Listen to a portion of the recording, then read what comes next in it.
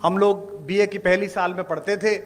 हमारे यहाँ के एक यशस्वी पत्रकार थे शिव कुमार गोयल जी, आदरणीय राजनाथ जी उनसे परिचित थे।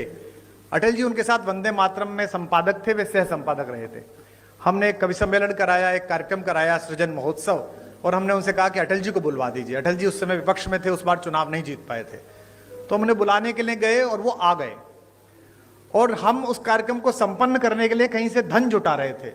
तो नगर के एक उद्योगपति जो साड़ी का काम करते थे, उस जमाने में हम उनसे 501 रुपया लेके आए। तो जो 501 जिसने दिया था उसने कहा कि मैं भाषण दूंगा। ये बड़ा संकट का काम था, लेकिन अब वो 501 दे रहा था तो भाषण दिलाना था। तो वो अटल जी का प्रशंसक था। वो खड़ा हुआ और उसने कहा, मैंने कहा तुम ज्यादा मत बोलना अंकल जी, थोड़ी देर बोलना। बोले बस मैं 2 लाइन पढ़ूंगा।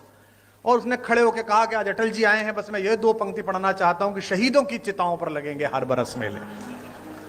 वो अटल जी के लिए कह रहा। अटल जी बहुत ठहाका मार के हंसे, लेकिन उस आदमी के संकोच को जो पूरा मंच से घूर रहा था, उसने ठहाके से दूर किया। और जब भी मैं उनसे मिलने के लिए जाता था, दर्शन के लिए मिलने जाता था, प्रणाम करते थे, उन्हें बाप जी कहते थे, तो अक्सर पूछते थे, अरे भाई उनके क्या हाल है जिन्होंने मुझे जीवित शहीद बनाया था, वे कैसे हैं।